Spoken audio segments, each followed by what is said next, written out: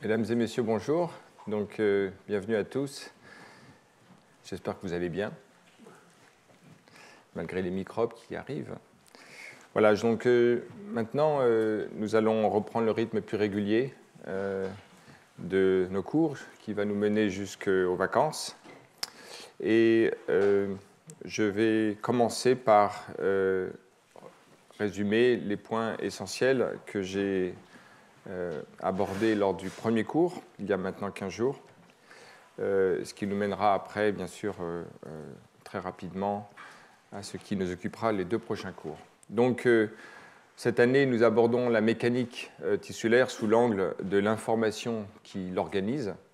Et j'avais proposé 2 grilles de lecture pour comprendre comment cette information opère dans les processus morphogénétiques. La première, qui est une vision de programme, dans laquelle on dit finalement que l'information fonctionne de façon hiérarchique, modulaire, à courte et longue portée, qu'il existe donc un réseau d'interactions qui résulte de tous les éléments qui participent à cette information, et qu'il existe de nombreux paramètres pour décrire ce mode d'organisation, avec comme métaphore celle de la construction architecturale, mais on avait vu un certain nombre d'exemples en biologie du développement qui illustrent cette façon de penser l'information biologique.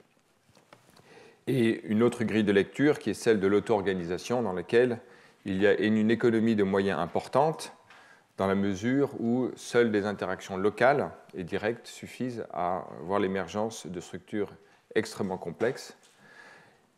Et donc les nombres de règles et de paramètres qui permettent de décrire ce système sont donc très limités. J'avais par ailleurs analysé 2 formes d'information, l'une on va dire classiquement chimique ou biochimique, qui définit des longueurs et des temps caractéristiques, par exemple résultant de la diffusion ou du transport de molécules. Et dans ce schéma, on voit une information qui agit sur elle-même de nature chimique et qui contrôle la mécanique en aval. Mais la mécanique elle-même définit aussi des temps et des longueurs caractéristiques. Je vais donner 2 exemples. La propagation d'une déformation en fonction de la viscosité et de l'élasticité d'un système, et également des longueurs caractéristiques comme la longueur hydrodynamique dans un écoulement, avec la friction et la viscosité participant à ce processus. Et bien sûr, on peut penser la biochimie d'un côté et la mécanique de l'autre, mais la biochimie définit aussi des paramètres mécaniques, et donc ainsi elle agit et contrôle la mécanique, si l'on veut. Les paramètres, par exemple, d'un réseau d'actines contrôlent l'élasticité du réseau d'actomyosine, également par son taux de renouvellement, sa viscosité, donc des propriétés de matériaux. Elle peut également réguler les contraintes actives, par exemple par l'activité, la régulation d'un moteur moléculaire. Et en retour, la mécanique, par sa dynamique propre, peut affecter le transport de ses propres régulateurs, par ce qu'on peut appeler l'advection dans l'écoulement qu'elle génère. Par exemple, un réseau d'actomyosine, comme on le reverra plus en détail, en fait, peut transporter ses propres régulateurs. Et donc, une action en retour sur la biochimie.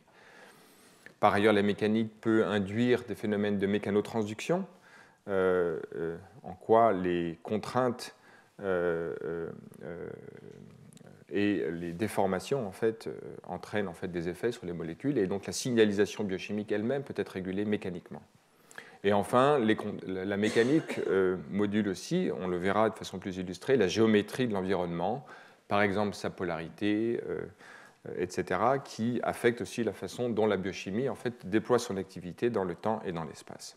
Donc, il existe des interactions réciproques entre chimie et mécanique, de telle sorte que l'on peut voir l'information d'une façon plus complète et juste, en la voyant non pas simplement comme hiérarchiquement contrôlant la mécanique, mais comme elle-même étant de nature mécanochimique et agissant sur elle-même à des échelles de temps et d'espace variées dans la cellule ainsi qu'à l'échelle de l'organisme. Et donc cette grille de lecture que j'ai présentée lors de mon cours précédent devra être présente en trame de fond lorsque nous allons voir toute une série d'organisations spatiales et temporelles des processus morphogénétiques, et comme nous allons le voir en particulier aujourd'hui. Et donc, pour résumer, cette diapositive devra rester présente à votre esprit tout au long de ces cours, et en particulier, à gauche, résumer la vision programmatique dans laquelle une information contrôle de façon hiérarchique la mécanique, et une autre dans laquelle l'information mécanochimique agit sur elle-même et contrôle par auto-organisation la mécanique, la morphogénèse cellulaire et tissulaire. Alors, j'aimerais, dans ces quelques diapositives qui suivent, vous présenter maintenant très concrètement une phénoménologie qui illustre toute une série de dynamiques qui, à vrai dire, se sont révélées de façon plus importante ces dernières années, à mesure que les moyens de microscopie ont permis de regarder les cellules et les embryons in vivo avec une résolution spatiale et temporelle. Et je vais commencer par montrer en 2 diapositives certaines phénoménologies pour après, finalement, en proposer une étude d'une façon structurée pendant les 2 cours qui viennent. Et donc, à gauche, par exemple, vous voyez un tissu d'un embryon de xénope dans lequel vous allez voir la dynamique de la signalisation calcium. Et on voit d'abord l'apparition dans un site très particulier d'une signalisation calcium forte, puis sa propagation dans l'espace, très rapide. Vous avez le temps en secondes qui apparaît en bas à droite de ce film, et donc comme une vague d'activité qui se propage dans le tissu. On voit à droite, maintenant, quelque chose de beaucoup plus complexe. On pourrait croire comme la surface d'un fluide. En fait, il s'agit de l'activité d'une molécule, nous y reviendrons, Rho, qui est une molécule de signalisation qui contrôle, entre autres, l'activité d'un moteur moléculaire, myosine 2. Et on voit ici des instabilités spatiales et temporelles qui émergent. Et ici, c'est dans le cas d'un embryon d'oursin, mais de plusieurs grosses cellules en fait, après fécondation. On voit ce type de dynamique corticale extrêmement complexe et remarquable. On peut maintenant regarder à une échelle un peu plus large aussi d'un tissu, comme en haut à gauche, cet embryon de drosophile, dans lequel vous voyez encore une dynamique dans la cellule et d'une cellule à l'autre assez remarquable, et qui montre comme une espèce de coordination, en tout cas une dynamique en vague qui se propage dans le tissu. À droite, vous voyez maintenant une cellule d'un embryon de souris extraite de son environnement natif, dans lequel, de façon isolée, on peut voir, encore une fois, une dynamique propre, et on reviendra en détail à la fin du cours prochain sur ce type de dynamique. Vous voyez bien que les cellules ne sont pas simplement caractérisées par leur forme, mais aussi par une certaine organisation temporelle de leur morphologie qui se manifeste sous forme de pulsations et de vagues. Et enfin, pour illustrer, encore un embryon de xénope dans lequel on voit ici des cellules.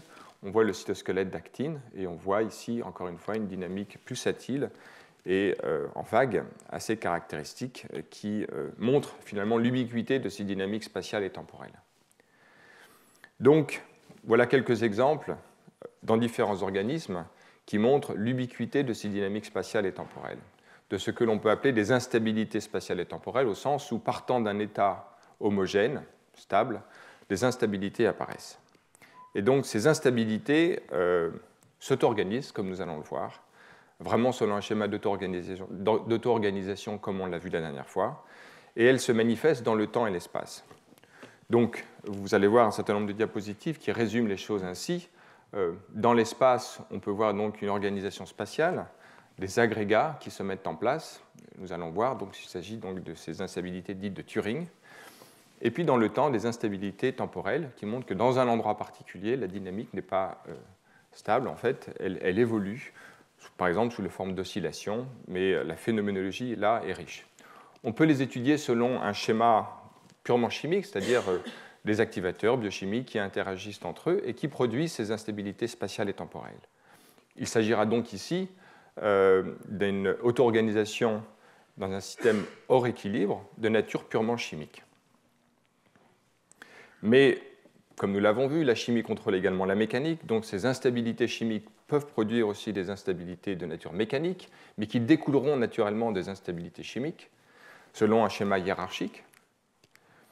Mais en retour, comme nous l'avons vu, la mécanique peut réguler les processus biochimiques, je l'ai rappelé en introduction, et donc on peut imaginer que des interactions mécanochimiques participeront à l'émergence de ces instabilités spatiales et temporelles. Et donc on voit ici potentiellement une grande diversité de situations d'instabilité chimique, d'instabilité mécanique et d'instabilité mécanochimique dans le temps et dans l'espace. Et donc les deux cours qui viennent vont illustrer et apporter un schéma explicatif à l'émergence de ces instabilités en montrant la signification, l'impact développemental et en proposant finalement une grille de lecture générale qui transcende la réalisation spécifique chimique ou mécanique. Voilà. Donc voici le programme qui va nous occuper pendant les 2 prochains cours. Aujourd'hui, nous allons aborder essentiellement les instabilités chimiques et le premier point des instabilités mécaniques. Puis nous viendrons sur une autre forme d'instabilité mécanique, verrons plus en détail les instabilités mécanochimiques pour finir par l'impact qu'elles ont sur les processus développementaux. Donc il y a une certaine unité dans ces 2 cours et c'est pourquoi je vous propose de procéder par étapes en commençant par le cas le plus simple et aussi le plus ancien qui sont les instabilités chimiques. Ces instabilités chimiques ont été en fait proposées, elles sont maintenant associées dans l'esprit des gens à Alan Turing, qui dans son article fondateur en 1952, les bases chimiques de la morphogénèse, donc Alan Turing, mathématicien, propose un article qui est donc d'une écriture proprement mathématique, mais étudiant les propriétés d'un système dynamique, comme nous allons le voir, de réaction-diffusion, montre en fait l'émergence d'instabilité, les étudie dans un cas particulier de façon analytique, puis aussi par une simulation simple, en fait, montre l'émergence de structures qui sont connues comme les structures de Turing. Alors ce qui est intéressant, c'est qu'on voit ici une caractérisation. J'ai extrait des parties importantes dans l'introduction de cet article, que je vous invite naturellement à lire, dans lesquelles il y a finalement une description assez programmatique de tout ce qu'il faut pour caractériser un système biologique. Tout d'abord, donc the changes of position and velocity given by Newton's law of motion. Donc là, on est vraiment dans un ancrage mécanique des choses. The stresses as given by elasticities and motions, also taking into account the osmotic pressures as given for the chemical data. Donc on voit ici une caractérisation aussi des stress, des contraintes. Bien sûr, les réactions chimiques en 3e point, et en 4e point, la diffusion des espèces chimiques. Important. Donc on voit ici un énoncé des 4 grands principes fondamentaux qui permettent de caractériser tout système mécanochimique, tout système biologique. Et de préciser, et je souligne en jaune ici les lignes importantes, l'interdépendance entre les processus chimiques et mécaniques, bien sûr, apporte une complexité accrue. Et donc, Turing décide de finalement étudier les systèmes dans un cas où la mécanique peut être mise de côté pour ne s'intéresser qu'aux processus chimiques dotés de réaction et de diffusion. Mais nous verrons plus tard qu'on peut aujourd'hui étudier en fait, les instabilités d'origine mécanique. Et d'ailleurs, quand je citerai une phrase dans la conclusion de l'article de Turing, on verra en fait une certaine aussi vision un peu prophétique, en tout cas programmatique, de comment étudier ces aspects mécaniques. Donc commençons, comme Turing le propose, par l'étude des instabilités chimiques. De façon très générale, les systèmes de réaction-diffusion d'espèces chimiques peuvent être décrits comme en fait, un système dans lequel les espèces, ici on en présente une seule, diffusent, coefficient de diffusion D, et est doué d'une réaction qui peut être plus ou moins complexe. Voilà. S'il s'agit de 2 espèces, on peut décrire cela par les coefficients de diffusion respectifs de ces 2 espèces, U et V, et puis les réactions qui caractérisent leurs interactions. Encore une fois, plus ou moins complexes, et on pourrait potentiellement généralité à N espèces. Ce diagramme représente un cas particulier qui est l'objet en fait, des études plus détaillées de Turing, qui est celui d'un activateur et d'un inhibiteur. Donc l'activateur en rouge, il y aura un code de couleur pendant ces cours, donc s'auto-active. Il induit aussi son propre inhibiteur en bleu. Voilà. Comme on voit ici maintenant dans une image extraite d'un film que je vous ai montré tout à l'heure, on voyait ces vagues dynamiques, on voit par exemple dans l'espace, effectivement, des instabilités émergées, représentées ici par ce diagramme, dans lequel on voit par exemple une espèce en vert plus abondante que l'espèce rouge et réciproquement en d'autres endroits. Comme nous allons le voir, cela émerge des propriétés de diffusion de ces espèces, de ces activateurs et de cet inhibiteur. Et donc, Par ailleurs, dans cette zone-là, vous pouvez regarder, le film va se mettre en action, vous allez voir que l'espèce plus abondante rouge, en fait, ne demeure pas plus abondante perpétuellement. Au cours du temps, il y a aussi une évolution temporelle de la concentration locale. Donc il y a aussi une instabilité dans le temps. Et donc nous allons étudier séquentiellement les instabilités spatiales, puis les conditions qui produisent des instabilités temporelles, en prenant comme exemple ce cas extrêmement général, qui est celui d'un activateur qui induit son propre inhibiteur et qui s'auto-active lui-même, et les conditions qui génèrent ces instabilités spatiales et ces instabilités temporelles. L'article de Turing est absolument remarquable du point de vue de la démarche, du point de vue même de l'écriture, et le point central que l'on peut retenir et que j'annonce au début, c'est que Turing démontre en quoi les valeurs respectives des coefficients de diffusion de l'activateur et de l'inhibiteur, présentés ici, en particulier le fait que le coefficient de diffusion de l'inhibiteur soit plus important que celui de l'activateur, induisent en fait une divergence, si l'on veut, c'est-à-dire l'apparition d'instabilité dans la dynamique du système. Ce qui en soi est en fait tout à fait remarquable, parce que, et je vous montrerai tout à l'heure une image, imaginons des espèces mélangées de façon uniforme, et sans que l'on apporte quoi que ce soit, pas d'énergie sous la forme d'ATP par exemple, on voit spontanément des instabilités émerger. Donc la démarche de Turing, je vais en fait la reprendre étape par étape, parce qu'elle est à la fois très didactique et elle permet vraiment de saisir le raisonnement et la force de sa découverte. Donc finalement, contentons-nous d'un système à deux espèces, X et Y, qui sont dans une seule cellule. Voici les équations de la dynamique que propose Turing, non pas qu'elles soient spécialement réalistes d'un point de vue biologique, mais parce qu'elles ont, par les propriétés des coefficients, simplement des propriétés mathématiques simples qui permettent de raisonner. Voilà. Donc, n'attachons pas trop d'importance à ces valeurs. En particulier, on voit qu'avec ces coefficients, il y a un état stationnaire pour x et y sont égaux à 1. Ces équations différentielles, en fait, ne sont pas forcément simples à résoudre de façon analytique. Donc, il y a une approche récurrente, utilisée même aujourd'hui très abondamment, qui est en fait une approche de l'étude autour des états stationnaires, dans lesquels on étudie en quoi une petite déviation à partir de l'état stationnaire, petit x, petit y, et de réécrire finalement les équations différentielles, régissant en fait l'évolution temporelle de ces déviations, petit x et petit y, et voyant quelles sont les solutions de ce système. Donc, par exemple, cette équation différentielle admet des solutions sous la forme d'une exponentielle, avec ce coefficient lambda. Et naturellement, la condition de la stabilité de ce système est que lambda est négatif, c'est-à-dire qu'en fait, petit x et petit y tendent vers 0. Voilà. Donc, en réécrivant les équations différentielles, en prenant la forme de ces solutions, on voit bien que lambda en fait, va être une valeur propre de cette matrice de taux d'évolution du système, et que donc, elles seront la solution de ce polynôme. Et en l'espèce, ici, on voit que lambda égale moins 1 est négatif, et donc le système est stable. C'est-à-dire qu'une petite déviation de x et de y va amener le système vers le point stationnaire x égale y égale 1. Donc c'est un cas extrêmement simpliste, mais qui illustre le type de raisonnement de stabilité linéaire qui permet de voir comment le système, autour de ces points stationnaires, en fait, est dans une configuration stable. Maintenant, ajoutons simplement deux cellules et disons qu'elles interagissent entre elles par la diffusion des espèces x et y. Donc on a un coefficient de diffusion dx, un autre dy.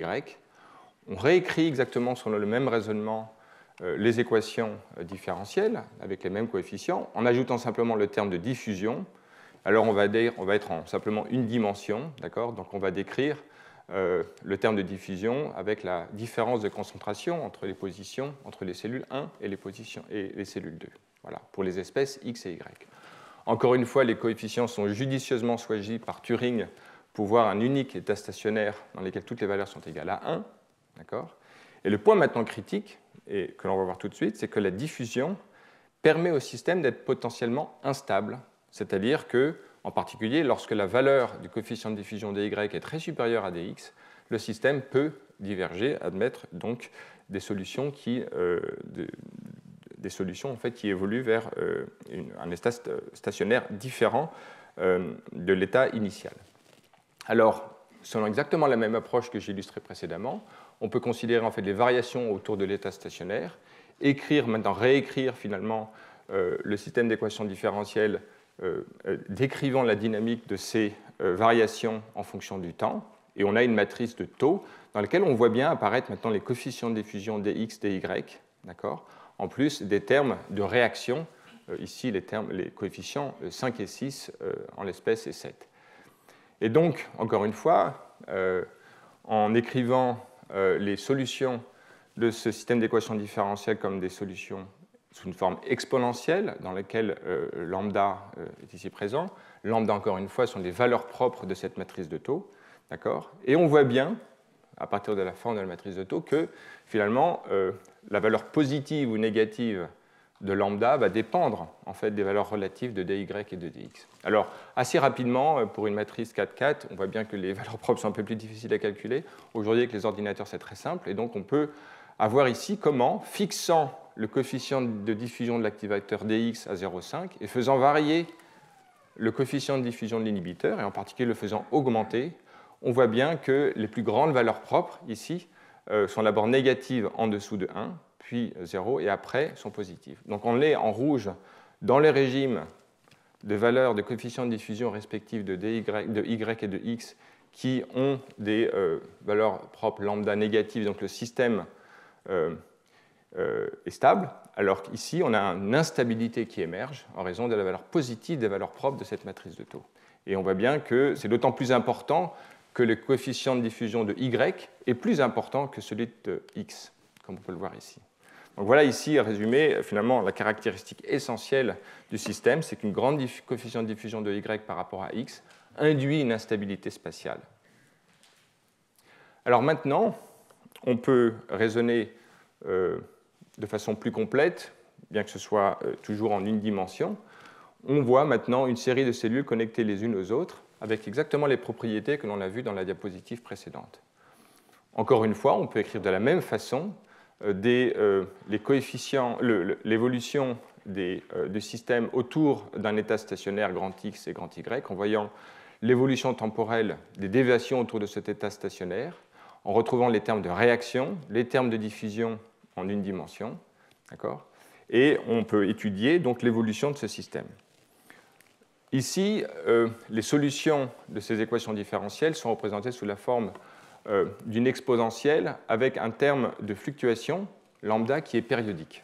D'accord ? Et le point qui est important, c'est de voir finalement dans quelles conditions ce système, en fonction de lambda, ce système évolue. Et je passe toutes les étapes intermédiaires qui sont décrites dans l'article, dans lesquelles la matrice de taux en fait, peut s'approximer sur une matrice sous cette forme-là, étant donné la forme de ces équations, de ces solutions de ces équations. Et à condition que lambda soit supérieur à 1, on peut simplifier les équations, faire disparaître les exponentielles, avoir quelque chose de cette forme-là qui est beaucoup plus sympathique. Et en particulier, on peut voir maintenant qu'en fonction de la valeur de lambda, les valeurs propres en fait, de cette matrice de taux en fait, ont des valeurs négatives, puis très rapidement positives. Et le point qui est important, c'est que ces valeurs positives sont toutes différentes. Et donc, comprenons ici qu'en fonction finalement de la longueur d'onde de la perturbation, d'accord, il y a certaines valeurs propres qui vont dominer par rapport à d'autres. Et celles qui vont être les plus importantes vont amener la divergence du système vers cet état instable le plus rapidement. D'accord. Et donc, finalement, en fonction, on voit naturellement le système évoluer vers la situation dans laquelle, pour ces différentes longueurs d'onde de perturbation, le système va le plus rapidement adopter en fait, une organisation spatiale, elle-même périodique. Et donc, ici, on voit une propriété remarquable, c'est que des patterns vont émerger avec une longueur d'onde caractéristique. Et pour vous illustrer cela, une petite simulation fait très bien l'affaire. On va voir ici dans le film que je vais vous montrer. Peu importe ici les paramètres qui vont évoluer, mais ici, on va voir en bas à gauche une grande concentration de l'activateur. Ici, on va augmenter la concentration de l'inhibiteur. Ici, inversement, on va avoir une très faible concentration de l'activateur. On va voir que le système, donc, quand vous allez voir du jaune, vous allez penser beaucoup d'activateurs, et en bleu, très peu d'activateurs. Et à partir d'une situation homogène initiale, où finalement la concentration, comme vous pouvez le voir, est homogène, on va avoir des instabilités émerger. Et si on regarde ici en particulier, s'il y a beaucoup d'activateurs par rapport à l'inhibiteur, le système reste dans un état actif. Si en revanche on augmente la concentration de l'inhibiteur, on va avoir en fait des zones d'exclusion de l'activateur, des espèces de formes en bande de motifs puis qui, à mesure que la concentration de l'inhibiteur augmente, vont générer en fait des structures en fait punctiformes, espacées avec une certaine longueur caractéristique. Donc voilà ici l'illustration en 2 dimensions de ce que l'on a vu dans la diapositive précédente et qui dépend en fait des valeurs relatives, entre autres, des concentrations d'inhibiteurs et d'activateurs, mais également des coefficients de diffusion et puis des termes de réaction. Donc là, je ne rentre pas dans les détails de cette simulation, mais simplement, on a vu dans le cas précédent, dans la diapositive précédente, le principe dans lequel les coefficients de diffusion respectifs de l'activateur et de l'inhibiteur induisent ces instabilités et des motifs différents.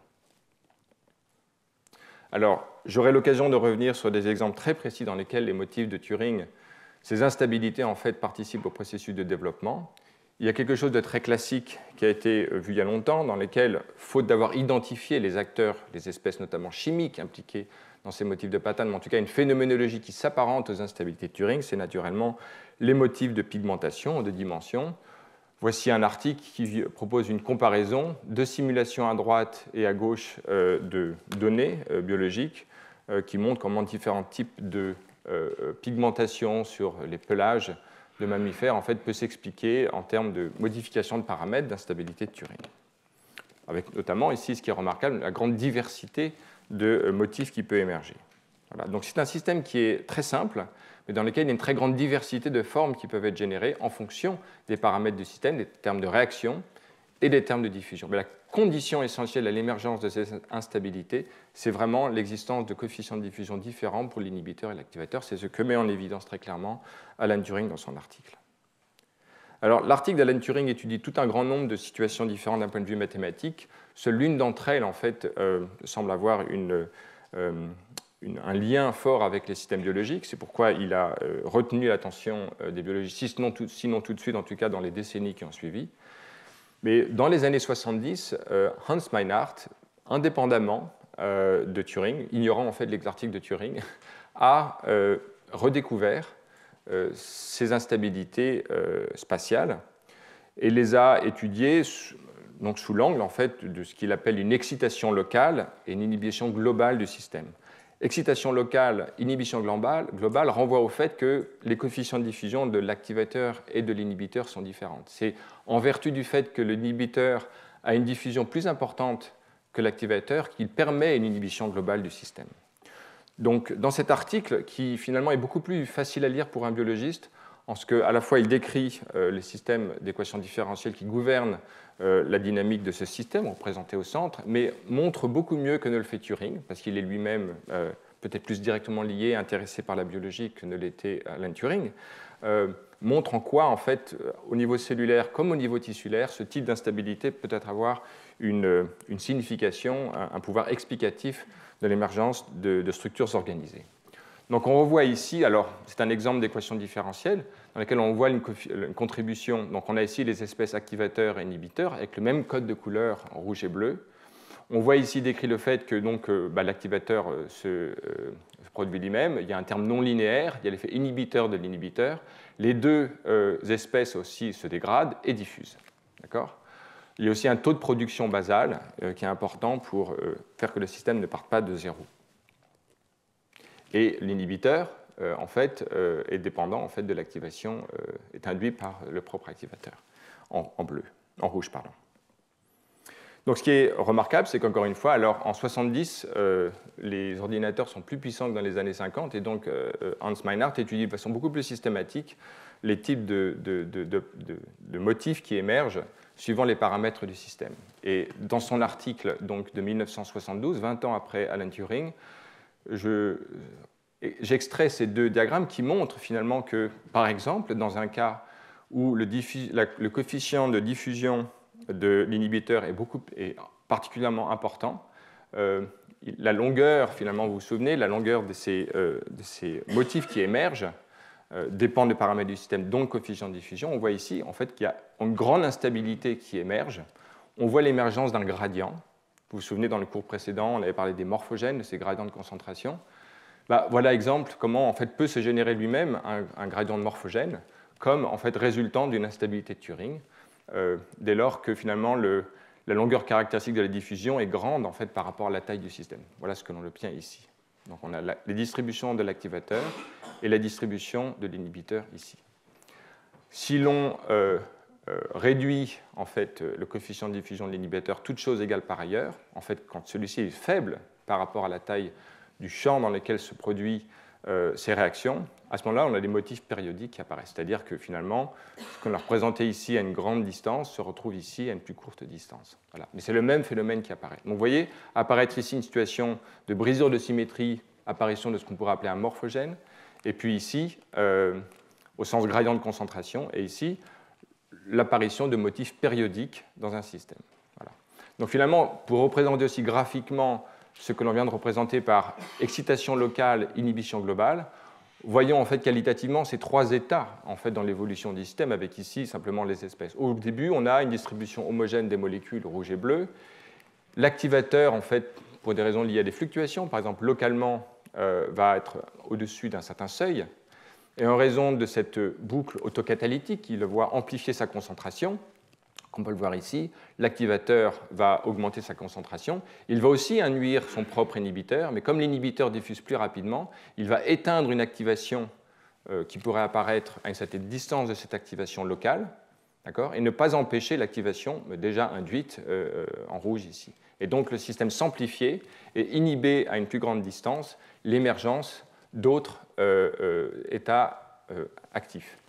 En revanche, il y a une certaine longueur caractéristique en fonction de la diffusion de l'inhibiteur, donc cela n'empêche pas à une certaine autre distance l'apparition d'autres activations. Alors, la force de l'article de Hans Meinhardt est aussi de montrer potentiellement le champ d'application de ce type d'instabilité.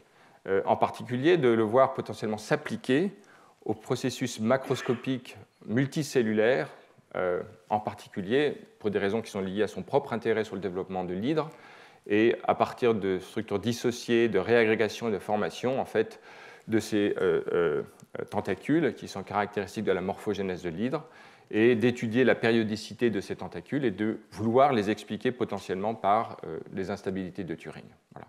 En tout cas, c'est une proposition faite dans son article au début. Et également, il mentionne, c'est tout à fait remarquable, que le même formalisme pourrait s'appliquer pour expliquer les instabilités. Donne un exemple, non pas maintenant une polarisation d'un tissu, mais la polarisation d'une cellule. Seule l'échelle change, mais par exemple, une cellule, un neutrophile qui serait attiré par une bactérie, en tout cas qui détecterait une molécule diffusée par la bactérie, pourrait en fait produire localement une réorganisation d'un cytosquelette en réponse en fait, au signal. On verrait ici une auto-activation locale, une inhibition à distance selon un motif de Turing, et ceci serait le prélude à la polarisation morphologique de cette cellule qui donc pourrait migrer vers la bactérie. Voilà. Donc le champ de polarisation cellulaire comme celui de la morphogénèse tissulaire peuvent tous les deux être des champs d'application aux instabilités de Turing selon ce modèle d'excitation locale, inhibition globale.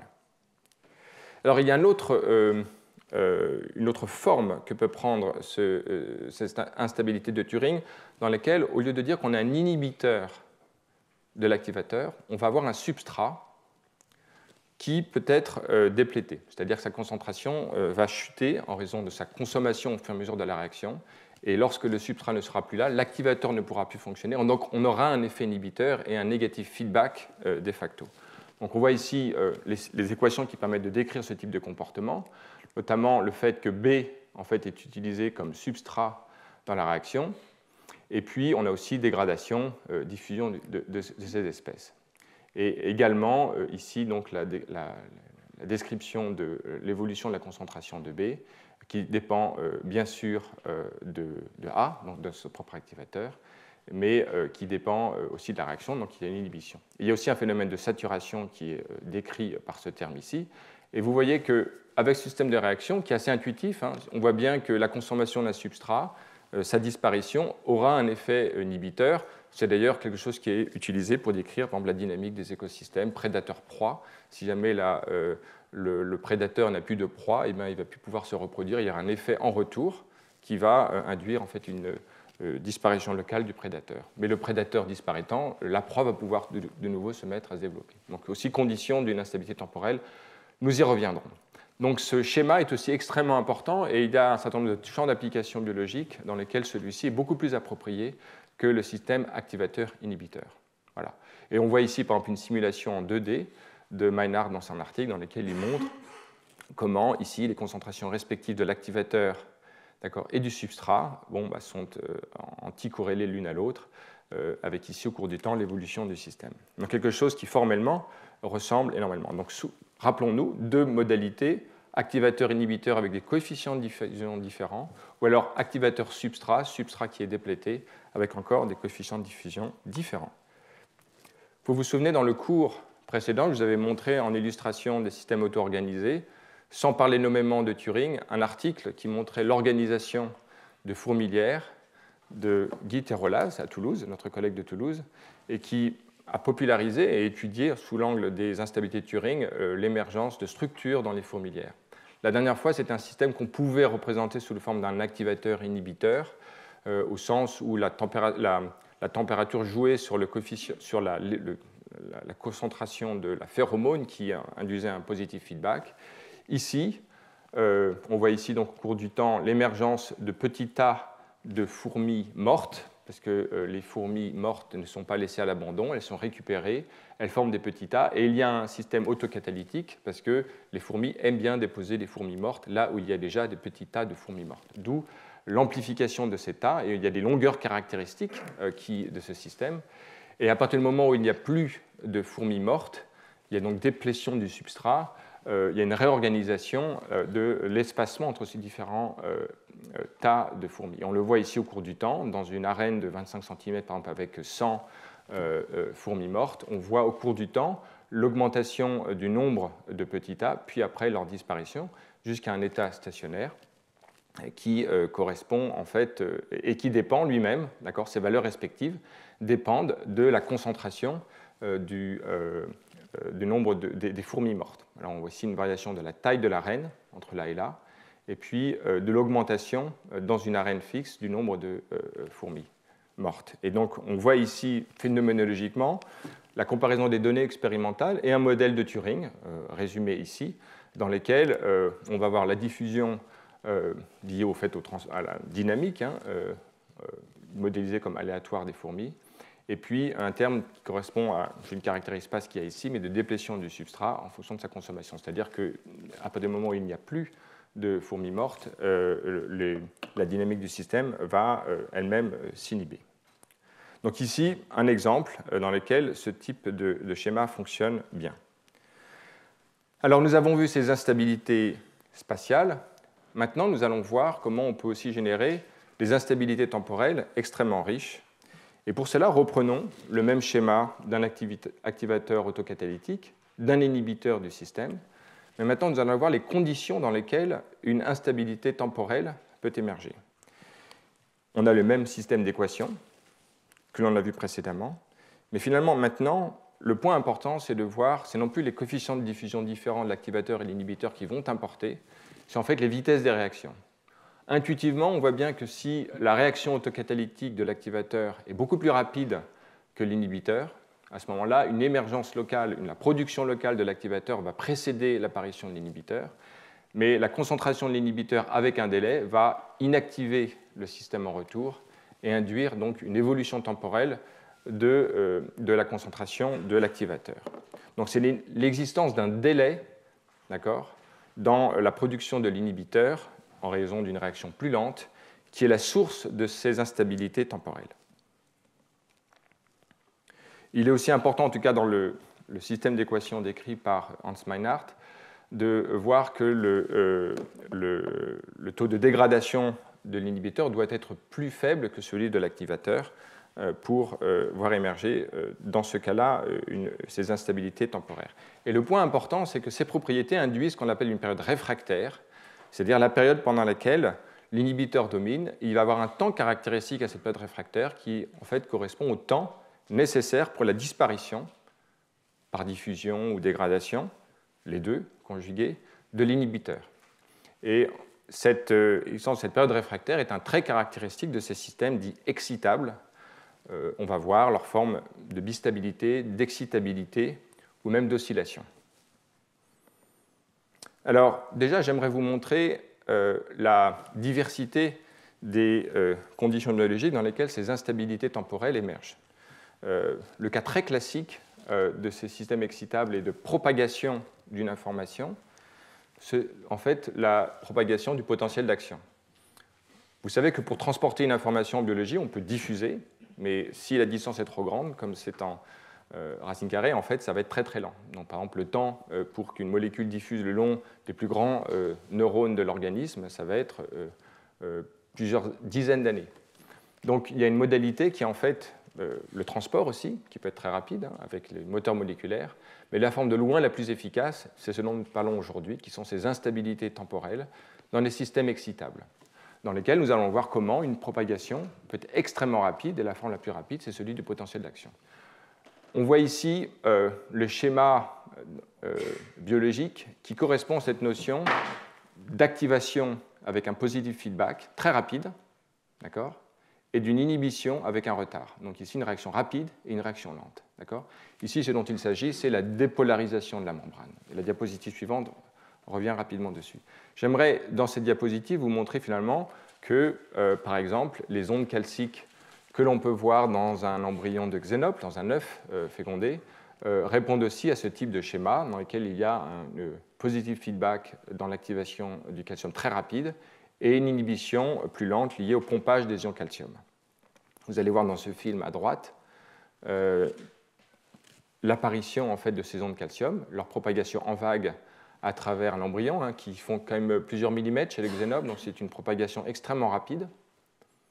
Et puis un troisième cas remarquable qui est la propagation en vague de l'activité mitotique dans, ici, un embryon de xénope. Alors ici, les auteurs étudient l'extrait de xénope dans un tube en une dimension pour illustrer de façon plus visible l'émergence progressive de vagues d'activation d'une extrémité à l'autre. On voit le film progressivement, donc les marquages en histone du noyau. On voit ici apparaître maintenant des instabilités temporelles dans lesquelles l'activité se propage d'une partie à l'autre. Elles ne sont pas homogènes, elles ne sont pas aléatoires, elles sont organisées dans le temps. Donc on voit ici, dans des cas différents, à des échelles de temps et d'espace différentes, des propagations temporelles extrêmement rapides. Et je vous renvoie à cette revue qui fait une analyse comparative remarquable de ces systèmes excitables. Dans le cas du potentiel d'action, vous savez bien qu'en plaçant des électrodes le long d'un axone, on peut voir la propagation temporelle de ces dépolarisations, et en particulier en regardant l'état des transporteurs des canaux sodium et potassium, on voit en fait des états actifs, ouverts, d'états fermés, et une inactivation des récepteurs. Ces états actifs, ouverts ou inactifs dépendent en fait de ces termes de réaction, avec des positive feedback très rapides et un effet avec retard, avec délai de l'inhibition. Et ces processus biologiques ou biochimiques élémentaires et leurs interactions dans ce réseau, donc d'activation-inhibition avec retard du negative feedback, induit en fait, comme on va le voir, cette dynamique temporelle. Donc voilà le processus le plus ancien, mais je voulais illustrer le fait qu'il s'applique à des cas extrêmement différents, notamment au cours de la morphogénèse. Alors il y a un modèle qui a été développé pour étudier le cas du potentiel d'action, qui est extrêmement utile, un peu comme l'a été en fait le système d'équation de Turing, pour expliquer la dynamique du système. Encore une fois, nous allons étudier un peu en détail, mais il ne s'agit pas de retenir la forme particulière de ces équations. Un grand nombre d'équations d'évolution de l'activateur et de l'inhibiteur conviennent et sont parfois mieux adaptées pour étudier l'émergence de ces instabilités temporelles. Mais ici, on voit de façon très visuelle les conditions donnant naissance à ces instabilités temporelles. Et donc ici, on va avoir un activateur U et un inhibiteur V. On voit ici la caractérisation de ce système avec une activation rapide de l'activateur par lui-même. Et ici, une production de l'inhibiteur par l'activateur qui est plus lente. Le terme epsilon très inférieur à 1 est en fait la garantie d'une réaction plus lente ici que dans le terme de l'activation. Donc on a un positive feedback, très clairement. Il y a aussi un negative feedback extrêmement rapide de l'activateur, mais également la production de cet inhibiteur avec ce fameux délai extrêmement important, epsilon très inférieur à 1. Dans ce système d'équations complexes, l'approche consiste à étudier, encore une fois, l'état stationnaire, c'est-à-dire les conditions dans lesquelles la variation au cours du temps est nulle. On a donc ici de nouvelles équations, et la façon très puissante de représenter la dynamique du système et d'avoir ce qu'on appelle un diagramme de phase dans lequel on peut représenter U et V, d'accord, et en fait la dynamique du système. D'accord. Alors ici, on trace ce qu'on appelle les null-lines, c'est-à-dire les conditions de l'état stationnaire de U en fonction de V. Et par exemple, cela donne naissance à cette courbe en S très particulière, d'où l'importance de ces coefficients, hein, notamment ce terme moins U au cube, qui permet en fait l'émergence de cette forme en S très caractéristique. Donc ça correspond à la ligne pour laquelle du sur dt égale 0, pour différentes valeurs de V. Et inversement, on va avoir la null-lines pour V, et on voit ici deux courbes. Et en fonction du terme B, donc on va voir ici l'évolution de sa valeur, on peut avoir différentes conditions apparaître. Et en particulier, quand B est grand, ces deux courbes s'intersectent en 3 points dans lesquels le système est à l'état stationnaire. Et on peut faire une analyse de stabilité linéaire pour montrer que 2 de ces points sont des points stables, en noir, et 1 est un point instable. Admettons par exemple que le système évolue à partir d'ici. On donc voit l'évolution de la concentration de U en fonction de V. Le système va rapidement donc, augmenter sa concentration, puis la baisser et arriver vers un point stable qui correspond à l'évolution fixe, nulle de la concentration de U et de V. Voilà. Et en même temps, la concentration de V baisse, puis arrive vers l'autre point stable. Donc c'est un système bistable dans lequel l'activateur et l'inhibiteur évoluent vers des concentrations différentes qui restent stables au cours du temps. Si par contre on modifie simplement le paramètre B, on le réduit, à ce moment-là, c'est donc la pente de cette courbe qui va évoluer, et à ce moment-là, on aura bien de nouveau 3 points d'intersection, mais un seul donnera naissance à un point stable en noir, les deux autres sont des points instables. Et donc dans ce cas-là, on a dans le diagramme de phase une augmentation de la concentration, puis son évolution vers l'état stable de la concentration, alors que l'inhibiteur, lui, arrive directement vers cette concentration. Et le point important, c'est que, contrairement au système bistable, on a un pic d'activation qui, après, retourne vers 0 et qui n'évolue plus. Donc finalement, on appelle ce système excitable parce qu'il est excité temporairement et redevient et relaxe vers un état inactif. Voilà. Donc c'est une activation temporaire. Et le troisième point, c'est quand la valeur de B est plus faible, on voit encore une autre dynamique remarquable apparaître, c'est-à-dire que le système admet des cycles limites d'évolution dans lesquels l'activateur comme l'inhibiteur en rouge et en bleu, on le voit très bien ici au cours du temps, on le voit également sur ce diagramme de phase, une évolution. Il n'y a plus de points stables en fait, dans cette configuration et le système en fait, évolue de façon régulière et oscillatoire. Donc on voit bien ici un système dans lequel l'existence d'une réaction lente de production de l'inhibiteur permet en fait une dynamique riche, et ce sont des paramètres subtils du système. Alors ici, un terme B qui en fait peut s'interpréter dans le cadre du potentiel d'action comme un paramètre biologique, mais enfin, finalement, il est très difficile de relier B à une valeur particulière, par exemple pour l'étude du cycle cellulaire, comme je vous le montrais, ou les ondes calciques. Mais encore une fois, il ne s'agit pas d'apporter une trop grande importance à la signification biologique de ces équations dans le cas de propagation du cycle cellulaire ou des ondes calciques, parce qu'en fait, le modèle n'a pas été développé pour cela. J'ai choisi de représenter ce système parce qu'il est très connu et il illustre de façon remarquable comment un système peut évoluer dans un état de bistabilité, d'excitabilité ou d'oscillation, en fonction de paramètres subtils en fait, que l'on voit dans les équations différentielles. Il y a plein d'autres modèles, plus ou moins compliqués, qui donnent naissance à des réactions rapides et des réactions lentes, dans lesquelles les termes du système donneront également l'existence de points stationnaires stables, 2 pour la bistabilité, un seul ou aucun, avec aussi des cycles d'oscillation du système. Alors maintenant, on a vu oscillation spatiale, perturbation temporelle. Voyons maintenant l'intégration des deux.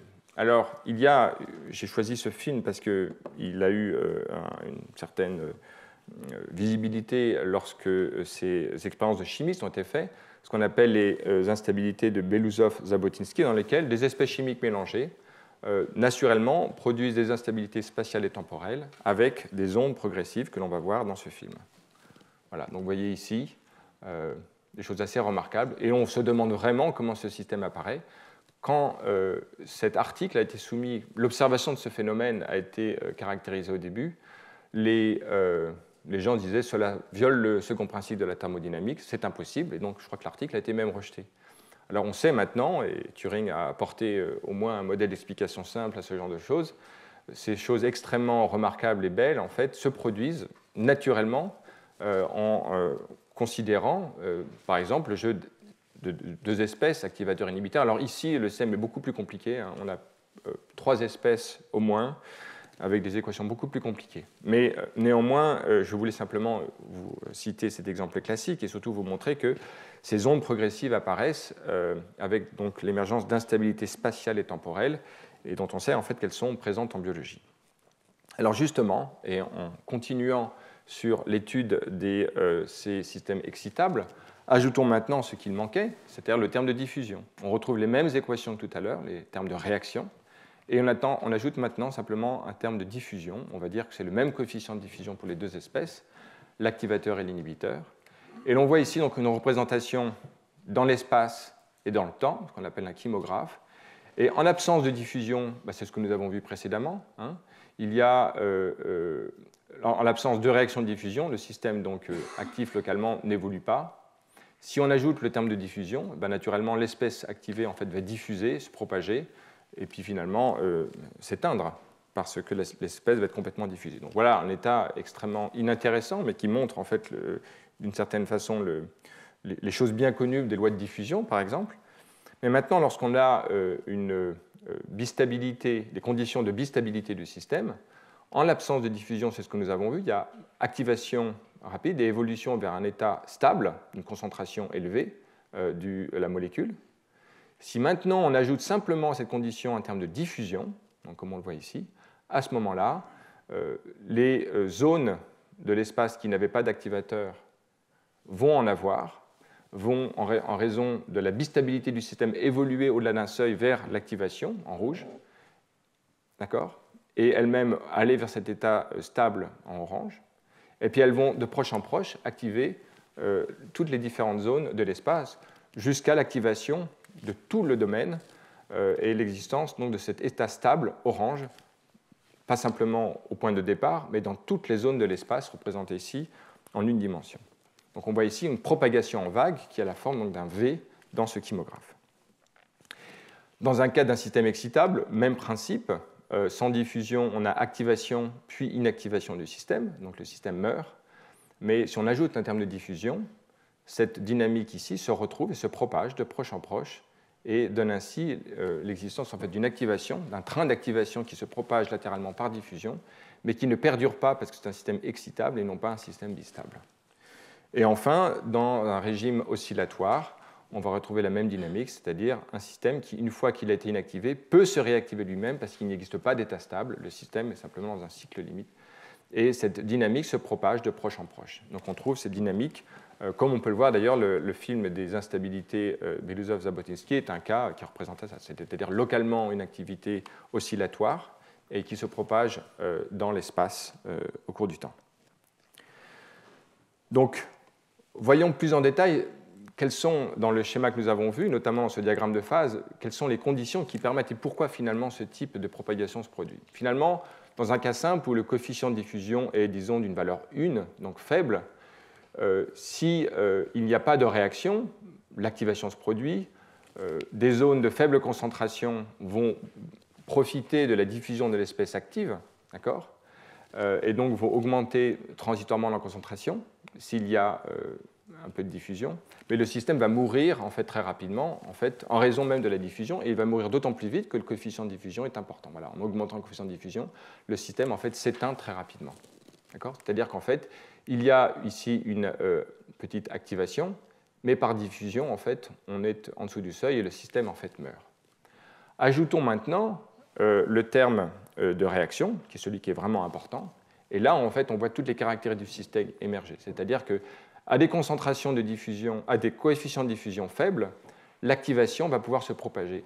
La diffusion permet à des régions adjacentes de l'activation initiale de passer le seuil critique d'activation, et en vertu des propriétés autocatalytiques du système et par exemple dans un régime de bistabilité comme on le voit ici, activer de proche en proche des régions de l'espace et qui vont se propager jusqu'à occuper tout l'espace.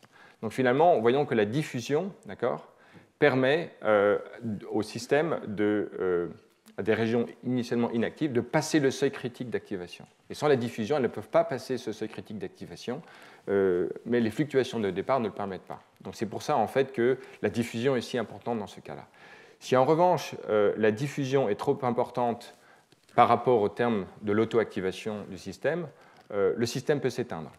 Comprenons par là que, vous voyez, il y a ici un terme de diffusion qui permet l'activation et il faut un certain temps caractéristique pour activer le système dans un état en rouge. Si la diffusion est trop importante, le système peut se relaxer vers un état d'inactivation, c'est ce qu'on voit ici. Donc l'élément critique, finalement, ce sont les temps caractéristiques respectifs de la diffusion et de la réaction autocatalytique, celle de la bistabilité ou de l'excitabilité. Si jamais le système est très longtemps à s'auto-activer par rapport à la diffusion, le système va mourir, ne va pas pouvoir s'activer. Inversement, si le système s'auto-active très rapidement par la diffusion, on est dans les conditions dans lesquelles la bistabilité va pouvoir se propager à tout le système. Donc finalement, le point important à retenir, c'est ce que j'ai mis en rouge ici. C'est le temps caractéristique relatif de l'activation autocatalytique et de la diffusion. Et on peut, en cela, même définir en fait une vitesse de propagation de cette activité qui va être dépendant en fait, de ce coefficient de diffusion, D, et du temps de doublement de la réaction autocatalytique. Et ce ratio en fait, définit donc en racine carrée une vitesse, qui, alors on peut faire des calculs et voir par exemple que dans le cas, on peut retrouver la vitesse, grosso modo, de la propagation des potentiels d'action d'un neurone. Donc ici, suivant les termes de diffusion et de réaction, leur valeur relative, on peut avoir toute une gamme de propagation. Et le fait remarquable ici, ce n'est pas l'espèce qui diffuse de bout en bout, c'est simplement la propagation d'un état réactif du système. Voilà en fait l'essence de ces systèmes excitables. Et ce qui est tout à fait remarquable et peut-être peu intuitif, c'est que ce couplage entre réaction et diffusion permet en fait une propagation bien plus vite qu'en fait les espèces chimiques, à des distances beaucoup plus grandes.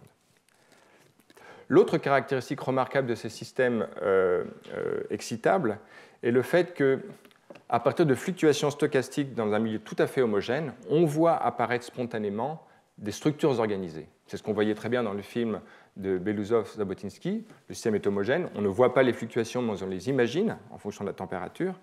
Et finalement, localement, il va y avoir un certain nombre de fluctuations.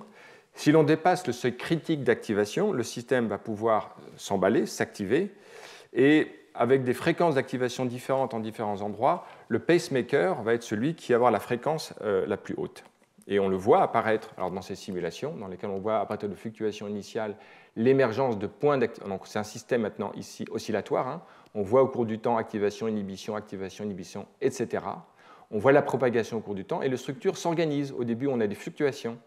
Et rapidement, on voit en fait un point principal devenir un pacemaker qui entraîne l'ensemble du système.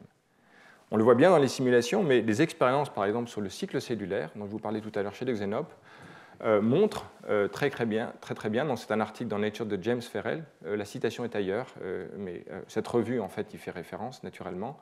On voit petit à petit apparaître des pacemakers, ces zones montrées par les flèches, qui, en fait, organisent et dominent l'ensemble de la dynamique du système.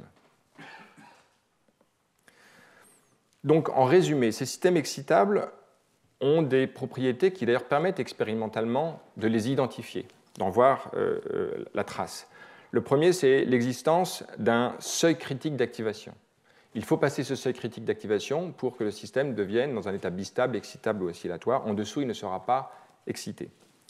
Le deuxième, c'est l'auto-organisation de trigger waves, de ces ondes progressives qui se propagent dans le système.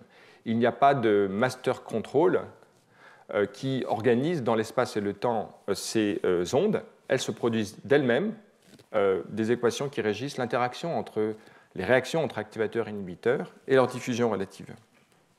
En fait, ici, même la diffusion relative ne compte pas. On a vu qu'on avait un seul terme de diffusion, D commun pour les deux. Le troisième point très important, c'est l'existence d'une période réfractaire. C'est-à-dire, en fait, tant que l'inhibiteur est présent, tout activateur qui rentrerait dans cette zone en fait, ne pourrait pas propager son activité en raison de la présence de l'inhibiteur. Donc il va être important cette période réfractaire correspond au temps de disparition en fait, de l'inhibiteur du système par dégradation ou diffusion. Et cela se voit très aisément lorsque l'on voit la collision entre des vagues, entre des ondes côte à côte. Elles vont s'annihiler en raison de l'entrée dans la zone réfractaire. Et on le voit très remarquablement dans ces systèmes de pigmentation de coquillages, sur lesquels je vais revenir rapidement. Voyons ici, vous voyez ces kymographes où on voyait le temps et l'espace. Un coquillage, c'est exactement ça. Il y a ici le temps, ici il y a l'espace en une dimension. Pensons à un coquillage qui en fait se produit des nouvelles concrétions et une pigmentation chaque jour, chaque année, à cette extrémité-là. Et donc on a ici en fait la trace dans le temps de l'activité d'un activateur, pigmentation brune par exemple, et d'un inhibiteur, pigmentation blanche. Meinhardt, dans ce livre remarquable, étudie très en détail la diversité des motifs de coquillages et propose une lecture unifiée en fait, de ces motifs en termes d'instabilité de Turing et de système excitable, exactement dans les termes que je vous ai présentés. Et par exemple, ici, on retrouve les motifs dont j'ai parlé, de ces V. Ici, on voit ici l'apparition d'une activation au-delà d'un seuil, donc l'initiation d'un processus d'activation. Ici, on a un système excitable, c'est-à-dire qu'après activation, le système s'éteint. Et il y a une propagation dans le temps correspondant, en fait, dans l'espace correspondant en fait, à, si c'était des espèces chimiques, la diffusion d'une espèce, par exemple. On voit ici ces propagations selon des ondes latérales. On voit aussi une autre caractéristique, c'est l'annihilation. Donc, en suivant le code de couleur ici, on voit par exemple que ces ondes vont s'annihiler. Quand deux activations se rencontrent, en raison de l'entrée dans une zone réfractaire, le système s'inhibe et on voit l'extinction de l'activation. On le voit à de multiples reprises au cours de l'histoire de ce coquillage ou alors de celui-ci. Donc ici, trois caractéristiques phénoménologiques imprimées comme un kymographe dans la coquille de coquillage. Alors, dans ce livre remarquable, Meinhardt montre comment en fait, les coquillages présentent toute la diversité des formes attendues pour un système excitable, à savoir, par exemple, comme on l'a vu juste précédemment, ces structures en V, avec l'émergence à multiples reprises d'initiation au-delà d'un seuil, de propagation et d'extinction par des ondes qui vont rentrer en collision l'une avec l'autre. Et ici, en fait, un système qui est plus caractéristique d'une bistabilité, c'est-à-dire une fois activation, pendant un certain temps, l'activation demeure. On voit ici une simulation numérique et un détail qui montre ici l'activation là d'un seuil, sa propagation dans l'espace. Le système reste dans un état bistable, c'est-à-dire qu'il est activé. Et tout d'un coup, il y a une extinction rapide du système pour des raisons qui ne viennent pas naturellement de la description que j'ai faite du système, mais enfin qui s'observent visiblement. Et on peut même voir dans les différents motifs de coquillage les différents types d'instabilité dont nous avons parlé jusqu'à présent, à savoir des instabilités temporelles où au cours du temps on a activation, inhibition selon des oscillations, mais il y a une synchronisation spatiale de toutes les activités au sens où on a des lignes au cours du temps quasi continues. Et puis il y a ici un exemple totalement inverse où il y a des instabilités spatiales, c'est-à-dire qu'à un instant donné, dans l'espace, on voit des motifs périodiques d'activateurs et d'inhibiteurs. Donc là, ce sont des formes un peu extrêmes d'instabilité temporelle ou d'instabilité spatiale. Les cas de V que j'ai montrés avant montrent leur combinaison très riche dans les motifs de coquillage. Et par exemple, ici, dans les simulations numériques, on peut voir qu'on peut passer d'un système synchronisé spatialement d'oscillation, dont l'origine est en fait la diffusion, le couplage spatial lié à la diffusion des espèces, si c'était des espèces chimiques qui médiaient ce type d'interaction. Et puis la conversion vers un système d'instabilité spatiale dans lequel il suffit simplement de réduire le temps de vie de l'inhibiteur qui, à ce moment-là, empêcherait la synchronisation et donnerait naissance à des instabilités spatiales dont la longueur caractéristique dépend des valeurs respectives de diffusion de l'activateur et de l'inhibiteur, comme nous l'avons vu précédemment. Donc ici, la beauté, c'est vraiment de voir toute une série diverse de phénoménologies et des simulations numériques moyennant les systèmes d'équations décrivant la dynamique du système, comme je vous l'ai présenté tout à l'heure. Alors, pendant longtemps, les gens se sont dit, c'est merveilleux, motif de Turing, système excitable. On a tout un système qui permet d'expliquer les pigmentations des coquillages, et on s'attendait, finalement, et des biologistes en bon droit se demandaient, mais quelles sont les espèces chimiques qui médient en fait, ces interactions? Alors, si l'on est chimiste, on va être déçu parce qu'en fait, il y a un papier très récent montre en fait, qu'il ne s'agit pas d'espèces chimiques activateurs-inhibiteurs.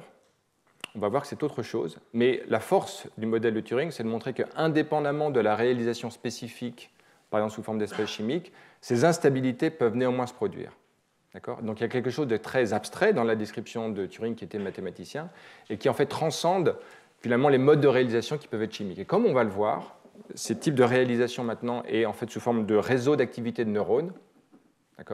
Et comme nous allons le voir plus tard, on peut même retrouver ce type d'instabilité dans les systèmes purement mécaniques. Alors cet article récent, 2009, bon, ça fait quand même une dizaine d'années bientôt, mais enfin, par rapport à Turing, c'est récent, un article absolument remarquable décrit en fait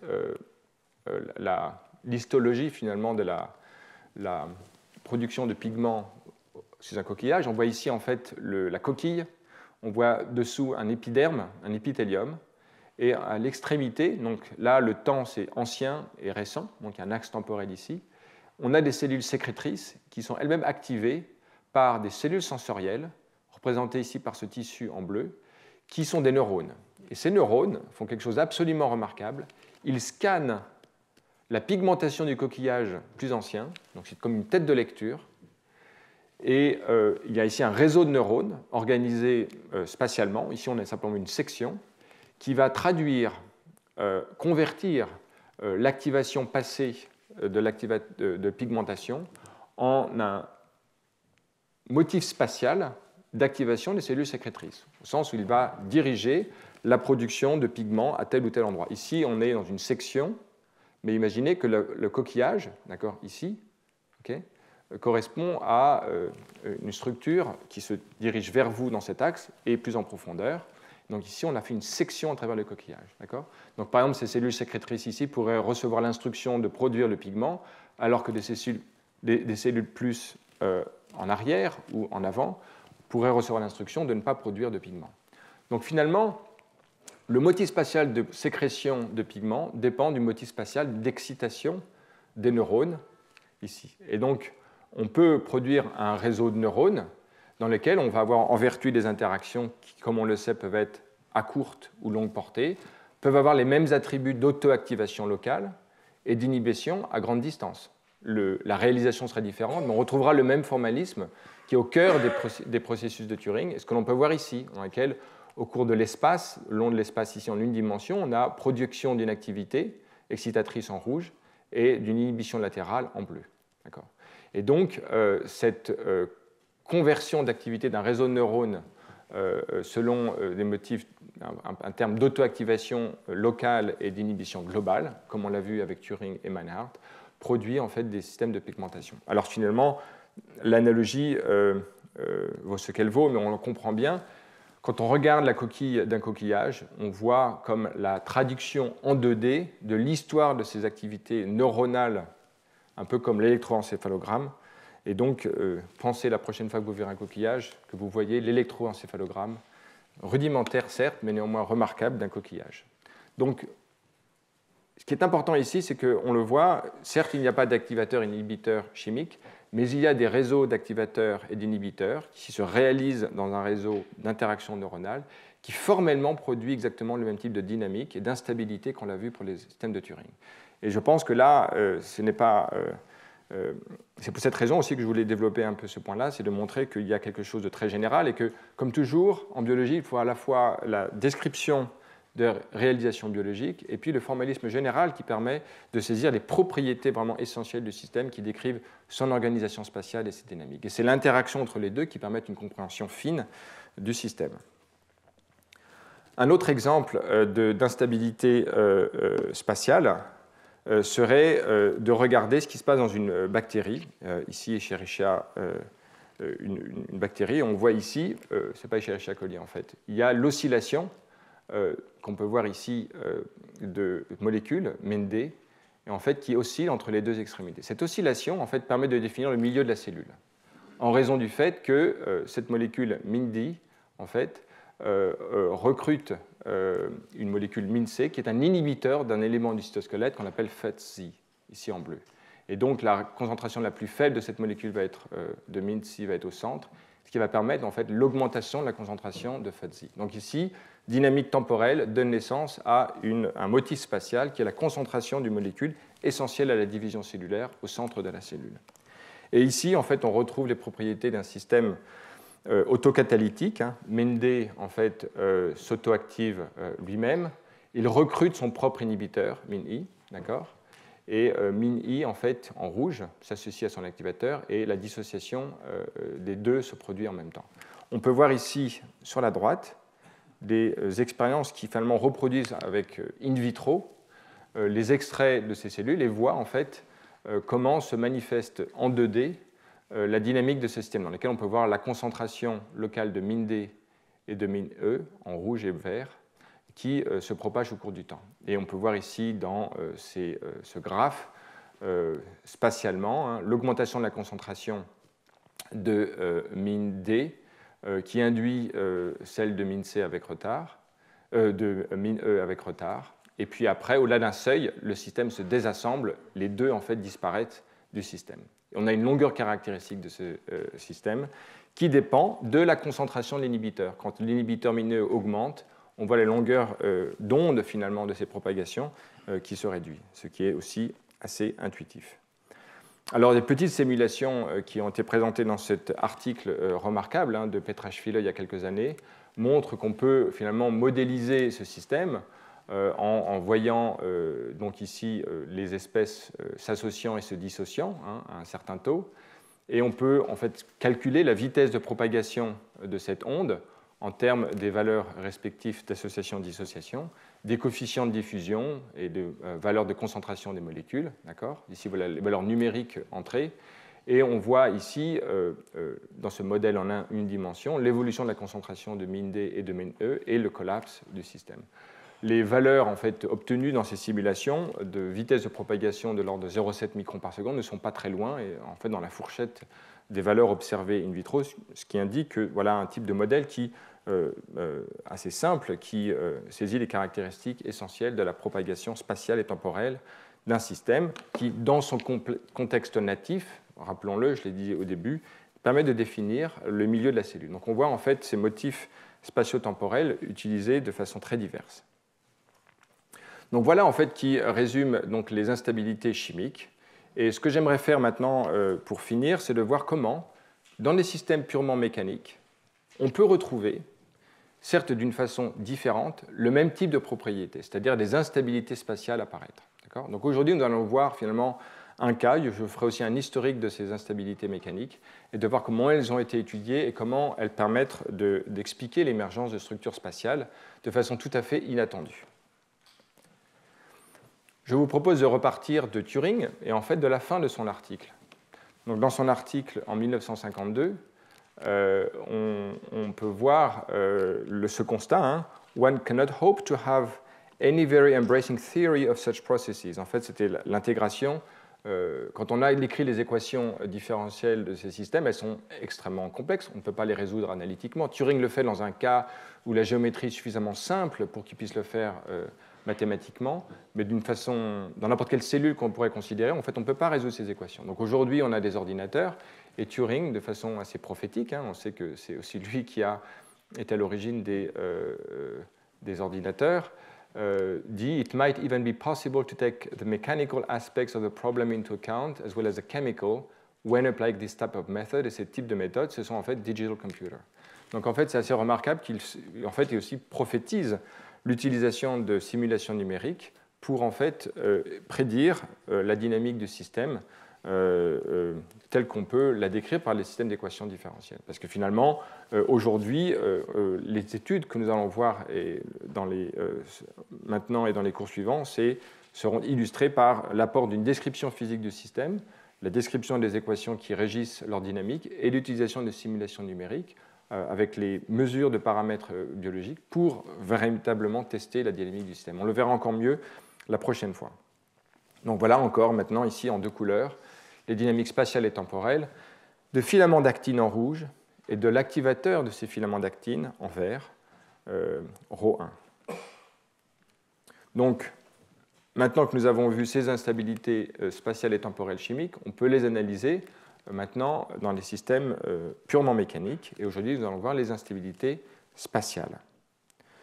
Elles peuvent elles-mêmes émerger d'une régulation directe de la mécanique par la chimie ou alors de réactions rétroactives de nature mécano-chimique.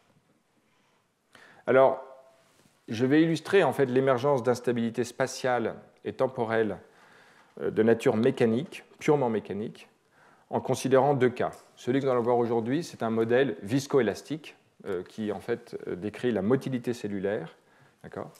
Et on verra comment on peut retrouver l'équivalent d'un inhibiteur global du système, dans ce système-là. La prochaine fois, nous verrons en introduction, au début du cours, un modèle maintenant hydrodynamique dans un gel actif, dans lequel on peut retrouver aussi une autre forme de matérialisation de cet inhibiteur global. Voilà. Donc, le but de ces deux illustrations, c'est de voir comment on retrouve un inhibiteur autocatalytique et comment on retrouve l'équivalent d'un inhibiteur à grande portée, qui est finalement l'essence d'un système de Turing. Alors, j'aimerais revenir à un article ancien. Dans les années 80, il y a des articles absolument remarquables. Et Albert K. Harris est un biologiste qui a découvert une méthode simple pour observer les forces de traction de cellules exercées sur un substrat. C'est dans les années fin 70 qu'il a publié dans Nature un article qui décrivait de façon non quantitative les replis sur ce substrat observé au microscope et qui sont les premières mesures de traction force, c'est-à-dire de force de traction des cellules sur leur substrat. Albert K. Harris, c'est aussi la personne, pour ceux qui étaient au cours l'an dernier, qui avait apporté cette description extrêmement précise et une critique en tout point exact du modèle d'adhésion différentielle de Steinberg. C'est vraiment quelqu'un d'absolument remarquable et j'aimerais ici mettre en avant ses travaux pionniers en termes de mesure de traction de force et de l'étude des contributions mécaniques à l'émergence de structures spatiales dans les processus développementaux. Donc, les expériences de Harris et ses collègues consistaient à distribuer de façon aléatoire sur un substrat des cellules mésenchymateuses.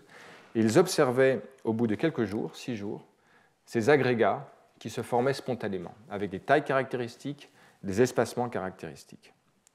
Et vous voyez que, donc là, on est en 84, et il voit tout de suite l'analogie fondamentale avec les motifs de Turing. À une époque où les gens qui faisaient l'étude des motifs spatiaux, chez la drosophile en particulier, c'est le grand boom de la génétique moléculaire chez la drosophile, ignorait totalement Turing et Meinhardt, parce que comme on l'a vu la dernière fois, la segmentation, l'émergence de structures spatiales chez la drosophile est un exemple d'organisation programmée, mais non pas auto-organisée à la Turing. Et observant qu'il y avait un impact de la concentration des cellules mésenchymateuses, en particulier qu'augmentant leur concentration, les motifs étaient de plus en plus gros, il y a cette espèce de description extrêmement qualitative qui n'est pas tout à fait exacte du reste, comme on va le voir, mais qui enfin montre une tentative d'explication qualitative du processus. L'idée maîtresse est de dire qu'en fait, des cellules qui sont sur ce substrat vont s'agréger localement, on va voir exactement de quelle façon plus tard, mais en réorganisant la matrice autour d'elle, elles réorientent, elles déforment la matrice, qui favorise la migration de cellules vers cet agrégat déjà formé. Un peu comme on l'a vu tout à l'heure, formellement des fourmis qui aiment déposer des fourmis mortes sur le tas déjà existant. Ben là, les cellules en fait, aiment amplifier localement l'activation parce qu'elles vont réorganiser la matrice qui fait, forme une espèce de guidage de la migration cellulaire.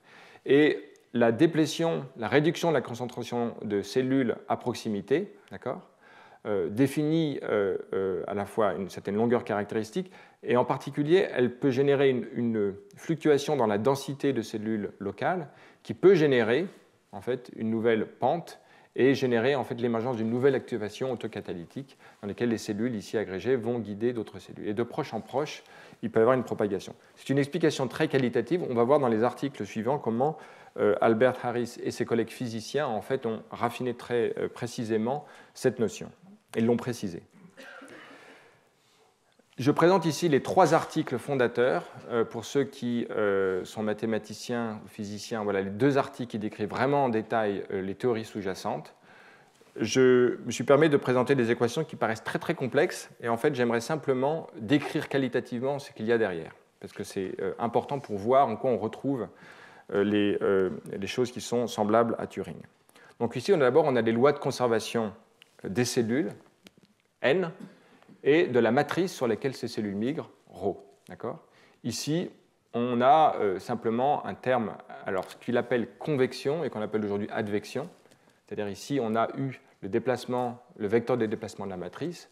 Donc ici, on a effectivement quelque chose qu'on appelle aujourd'hui advection, c'est-à-dire un transport de cellules au fur et à mesure, en raison de on verra tout à l'heure les forces, en raison des processus actifs associés à la migration cellulaire. Une cellule qui migre est un élément actif qui modifie son environnement et qui génère une advection, c'est-à-dire un transport de cellules adjacentes passivement. Et il y a aussi un autre élément qu'on appelle aptotaxis, c'est-à-dire le fait que les cellules vont aimer migrer le long d'un gradient de matrice et remonter ce gradient, phénomène qui est bien caractérisé et que l'on voit ici. Donc le gradient de densité de matrice va définir en fait un terme de déplacement des cellules. Donc on voit ici un élément déjà d'auto-agrégation, c'est-à-dire que l'activité contractile des cellules génère passivement et activement par aptotaxis une motilité dirigée qui va augmenter localement la concentration des cellules. Alors il y a ici maintenant, indépendamment du terme de mitose, sur lequel je ne vais pas commenter, ce terme qui semble très compliqué. Alors ici, il y a le terme de diffusion classique, de cellules, c'est-à-dire imaginons des cellules qui ont une motricité aléatoire, et c'est ce que l'on voit ici, c'est la diffusion locale, par interaction locale des cellules. Mais il y a un second terme de diffusion qui est beaucoup plus compliqué, qui est une diffusion en fait, qui renvoie simplement à l'idée que les cellules interagissent les unes entre elles. On n'est pas dans un système de diffusion fixe dans lequel on dit qu'il y a dilution importante des agents. Ici, les interactions sont très proches entre les cellules. Il y a des collisions, il y a des interactions mécaniques. Et il y a également des interactions à longue portée. Pensez aux cellules qui ont des philipodes qui peuvent interagir avec leurs voisines. Et cela donne naissance à un type de diffusion en fait, dit biharmonique qui, typiquement, en fait, s'oppose à la diffusion aléatoire parce qu'elle a un effet en fait, agrégatif. Donc en bleu, j'ai représenté les éléments agrégatifs qui sont dirigés ou aléatoires. Et cet article ici décrit en détail comment on peut retrouver la forme de cette loi de diffusion. Mais le point important, c'est qu'il y a des éléments aléatoires et des éléments dirigés, et surtout, en bleu, un élément auto-agrégatif, et une diffusion qui va, au contraire, disperser. Et c'est la compétition entre ces deux phénomènes, en bleu et en rouge, et le choix des couleurs en fait, n'est pas anodin, il correspond exactement au choix des couleurs d'activateur depuis le début de ce cours, en bleu pour l'activateur et en rouge pour l'inhibiteur. C'est la compétition entre ces deux phénomènes qui va régir la dynamique du système. Alors, le point qui va être important dans la diapositive suivante, je ne sais pas si on voit la couleur en verte, ça semble difficilement visible, mais il y a ce terme de strain guidance en anglais, c'est-à-dire de guidage en fonction de la déformation de la matrice. On va voir en fait qu'une cellule qui contracte déforme la matrice, et en vertu de la déformation de la matrice, elle modifie l'environnement de ses voisines et va avoir un effet sur ces diffusions, et en particulier ces diffusions agrégatives ou antidiffusion, si l'on veut, des cellules. On avait vu ici les lois de conservation. Voyons maintenant les termes d'équilibre de force. Alors, on est dans un système où il n'y a pas d'inertie, donc la somme des forces est égale à 0. Ici, on a le terme de traction. Une cellule est un agent actif qui contracte, dont on voit ici le terme de traction tau, qui dépend de la densité de la matrice, du nombre de cellules, etc. Et le point important, c'est qu'il y a aussi évidemment des forces élastiques. Alors ici, on a quelque chose qui est lié en fait à la déformation de la matrice. Et ici, on a ce terme le rapport de Poisson, qui décrit simplement le fait qu'une matrice, c'est quelque chose, quand on le tire le long d'un axe particulier, il va y avoir une déformation anisotrope de la matrice, et qui elle-même génère en fait cet effet de guidage. C'est qu'on voit bien qu'on va non pas avoir une déformation isotrope, mais une déformation anisotrope. Et donc, c'est pour ça qu'on a deux termes dans cette description élastique, dans lesquels on a un élément isotrope, un élément non isotrope. Et ici, on retrouve le module Young de la matrice qu'on peut modéliser. D'accord ? Et ici, il y a les termes des forces visqueuses qui aussi rentrent en compte. Mais le point important, c'est la compétition vraiment entre ces deux phénomènes. Et en voyant maintenant l'équation que l'on a vue à la page précédente, voyons finalement qualitativement les termes qu'on peut décrire comme un feedback positif et négatif et la compétition entre les effets d'agrégation et d'inhibition liés à l'élasticité du système. Lorsque des cellules, aléatoirement dans le réseau, vont exercer une contraction sur la matrice extracellulaire, elles vont avoir un effet de déformation de la matrice extracellulaire. Cette déformation peut être décrite ici par le terme E, isotrope, également par un effet de dilatation, qui va jouer sur le système également. Cette évolution de la déformation de la matrice va avoir un effet de guidage, va apporter d'une façon purement mécanique un effet de guidage. Ce n'est pas une espèce chimique qui va attirer les cellules, mais c'est l'orientation de la déformation de la matrice qui va créer des axes privilégiés de motilité cellulaire. Et donc la diffusion ne va pas être aléatoire, elle va être orientée selon un axe privilégié, soit de façon passive par aptotaxie, soit active par aptotaxie, soit de façon passive par advection, ou soit alors par le terme de diffusion agrégative ou antidiffusion, si vous voulez, qui en fait dépend de façon critique de cette déformation de la matrice. Donc on voit ici les termes d'un positive feedback dans lesquels les cellules déforment l'environnement et vont permettre ainsi d'orienter la motilité cellulaire de différentes façons. Et c'est donc ce feedback en fait qui est à l'origine de l'auto-amplification de la densité locale de cellules, et qui crée cette instabilité spatiale à la Turing. Et on peut donc maintenant, et l'article en fait décrit un terme de traction, un taux, qui est un paramètre sans dimension qui dépend, dans lequel on voit que le terme de traction, la densité de la matrice, le nombre de cellules et le rapport de Poisson, en fait, jouent tous des rôles équivalents, c'est-à-dire qu'ils sont dans la partie numérateur de cette équation, et l'élasticité de la matrice au dénominateur joue un rôle opposé. Donc c'est une compétition entre les phénomènes de traction qui sont d'autant plus associés aussi à la densité de la matrice, au nombre de cellules. Tous ces éléments-là vont jouer un effet positif sur les forces de traction. Et en fait, ce rapport sans dimension en fait, est lui-même prend en compte l'effet inhibiteur de l'élasticité qui résiste à ce phénomène. Donc voyons ici à droite qualitativement ce qui se passe. Lorsque la diffusion domine, le système, en fait, même si les cellules sont actives sur la matrice, en fait, elles vont pouvoir localement s'agréger.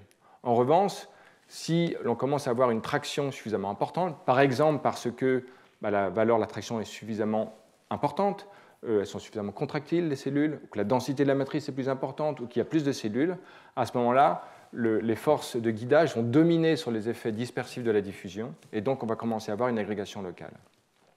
Si l'on augmente maintenant dans ces conditions l'élasticité de la matrice, c'est-à-dire quelque chose qui s'oppose au système, qui s'oppose à l'attraction, à ce moment-là, on va retrouver toujours des instabilités, mais la longueur caractéristique va être réduite, l'espacement va être réduit. Et donc on voit ici des instabilités émerger, et les longueurs caractéristiques dépendent des valeurs relatives de l'élasticité, qui est un effet inhibiteur, qui va s'opposer au phénomène d'agrégation par rapport au phénomène autocatalytique de l'agrégation des cellules. Et on peut dériver même une longueur caractéristique dans ce système qui va dépendre aussi du nombre de cellules. Alors, on voit donc ici retrouver le point important, c'est un motif qui ressemble à Turing, dans lequel l'effet à grande distance inhibiteur est celui en fait lié à l'élasticité du réseau.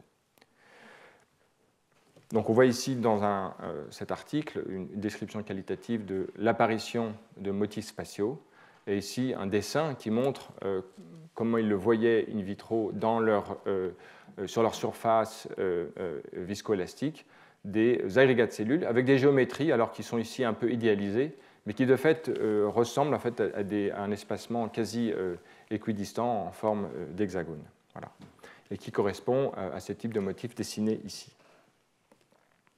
Alors j'aimerais, pour finir, sauter un certain nombre d'années et référer à un article qui a été publié l'an dernier, qui semble attester, en fait, expérimentalement, de la validité de ce type de modèle de Turing pour expliquer de nature mécanique maintenant l'émergence de l'espacement entre les structures des agrégats de cellules, qui sont en fait les bourgeons de la production des plumes chez les oiseaux.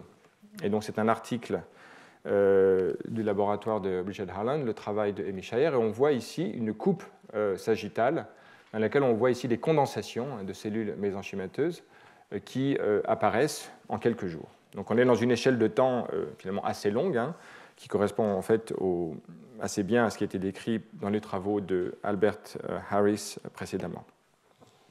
Et on voit ici, alors regardons d'abord en haut, l'effet, les études en fait maintenant ont pris des explants de cet épiderme et les ont mis sur des substrats dont l'élasticité varie.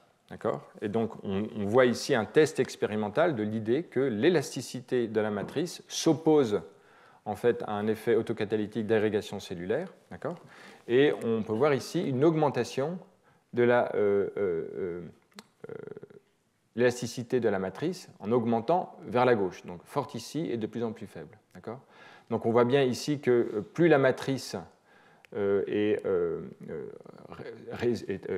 élastique, plus elle s'oppose à l'effet contractile qui existe dans ces cellules, et quand la matrice est très très souple, à ce moment-là, on a une agrégation extrêmement forte de l'ensemble. Regardons ici l'espacement et les tailles caractéristiques de ces agrégats.